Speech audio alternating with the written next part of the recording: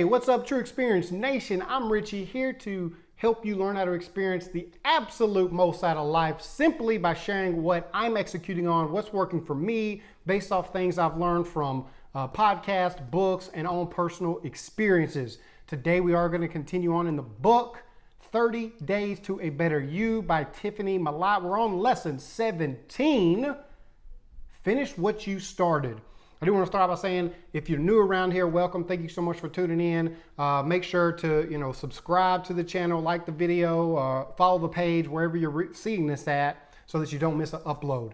Let's go ahead and get into today's topic. Finish what you started. This is a great continuation from what we talked about yesterday. Dude, you can't continue to start over. The more you start over, the longer it takes for you to see success. We ain't got time for that. Life in essence is too short for that kind of stuff. We can't restart over and over and over again. You're not going to make any progress. The more you start over, the longer it's going to take, or you might never bust through that plateau, that ceiling of success that you're looking to break through to be able to experience the most out of life. A quick example. Bro, if you start doing push-ups and you ain't done push-ups in 5 years, and you're like, I'm going to get back in shape, get off the couch. Back when I used to play ball, I could do this. Then you start grinding out some push-ups. Bro, you might do 10, 15 push-ups and you might be hurting. Back all sagging, booty all up in the air, arms are shaky. Like, you're sore the next day and like there's a struggle there. But what happens really quickly? 30 days in, 60 days in, now you can pump out some push-ups. You got great form, real strong, like good posture, like boom, you pumping. What happens if you stop for 6 months and then you want to start over again?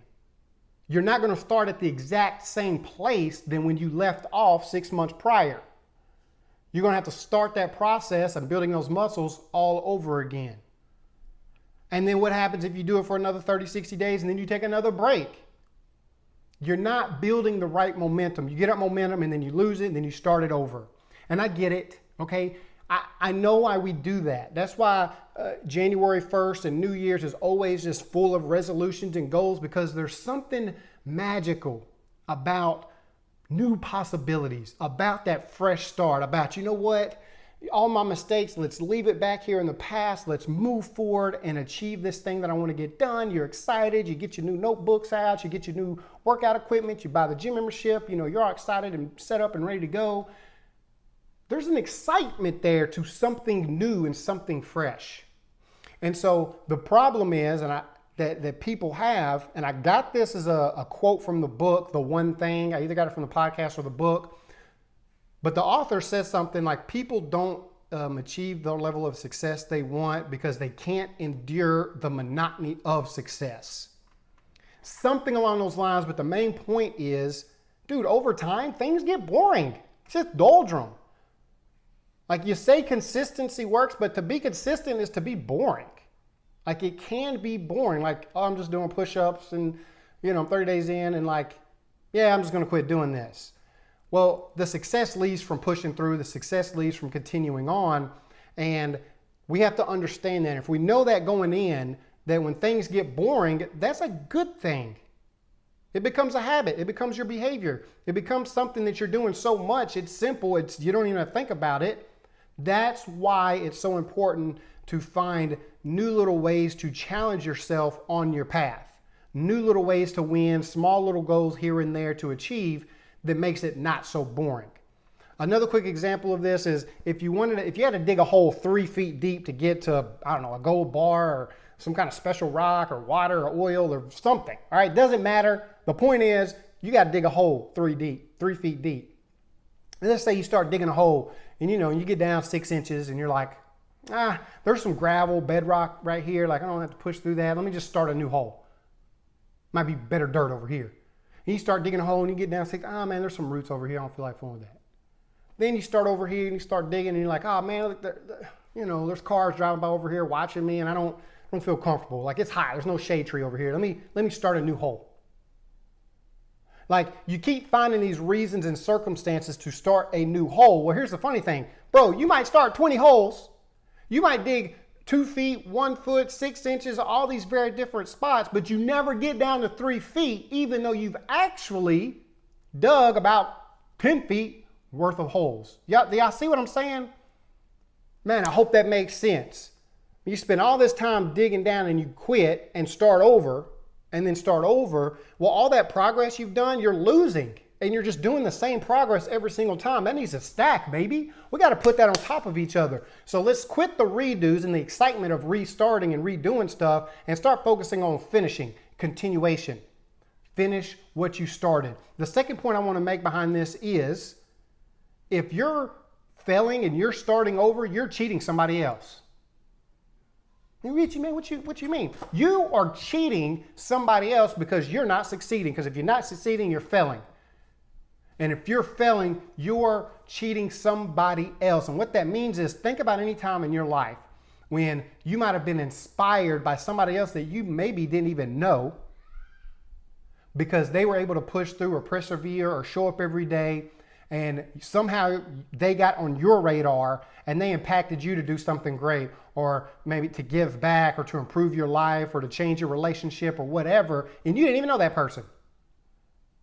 What if that person quit and always started over and never saw the level of success they did to reach you and your life never changed because of it? That's what it means when you're cheating somebody else. And I know if you're one of those selfless people, I want y'all to understand this, okay?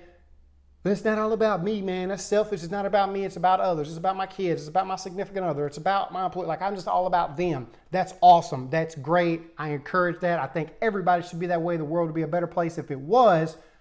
However, in order for you to impactfully empower somebody else, you have to be powerful.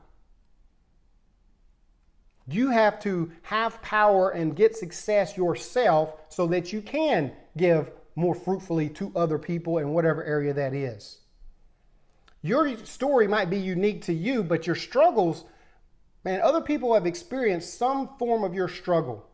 And how empowering is it for you to be able to push through and win despite those shortcomings and those challenges when somebody else says, like, man, you know, nobody knows what I'm going through. Nobody can understand it. I can't be successful because X, Y, Z. I can't do this because X, Y, Z.